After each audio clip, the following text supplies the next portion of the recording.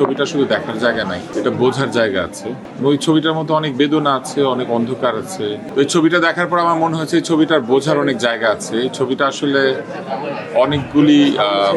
অনেকগুলি কথার একটা সমষ্টি, এবং এই ছবির মধ্যে যারা আছেন আমরা আসলে এদের জীবনটাকে বোঝার যাতে চেষ্টা করি, সেই কথাটা পরিচালক বলার চেষ্টা করেছেন এই ছবির মধ্যে। গল্প বলার মধ্যে দিয়ে উনি আসলে অনেকগুলি কথা আমাদের সামনে তুলে ধরেছেন। এইখানে আসলে ছবিটা শুধু দেখার জায়গা নাই, এটা বোঝার জায়গা আছে।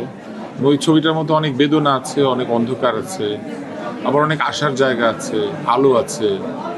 এবং এই ছবিটার মধ্যে বাংলাদেশ আছে, গরিব মানুষের জীবন আছে, প্রকৃতি আছে। ছবিটা আসলে এটা একটা দেখার ছবি এবং বোঝার ছবি, এবং এই ছবিটা দেখলে যারা দেখবেন তাদেরকে এটা বোঝার চেষ্টা করতে হবে।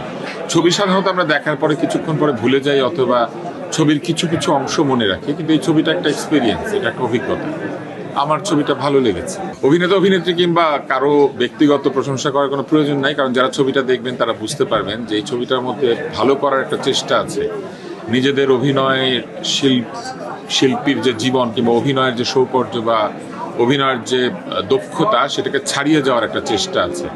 এই ছবিটার মধ্যে আসলে যারা ছিলেন তারা এই ছবিটাকে ভালোবেসে অভিনয় করেছেন বলে আমার মনে হয়েছে, কারণ এই ছবিটাতে অভিনয় করা বেশ কঠিন বিষয়। এই ছবিটার মধ্যে যারা ছিলেন তারা আসলে যথেষ্ট কষ্ট করেছেন অভিনয় করার জন্য, এবং চেষ্টা করেছেন, পরিশ্রম করেছেন, নিজেকে পরিবর্তন করার চেষ্টা করেছেন। আমার কাছে এই বিষয়টা ভালো লেগেছে, কেননা আমরা আসলে ছবিকে শুধু ব্যবসা হিসেবে দেখি, কিন্তু এই ছবিটা আসলে ব্যবসা না, এটা শিল্প।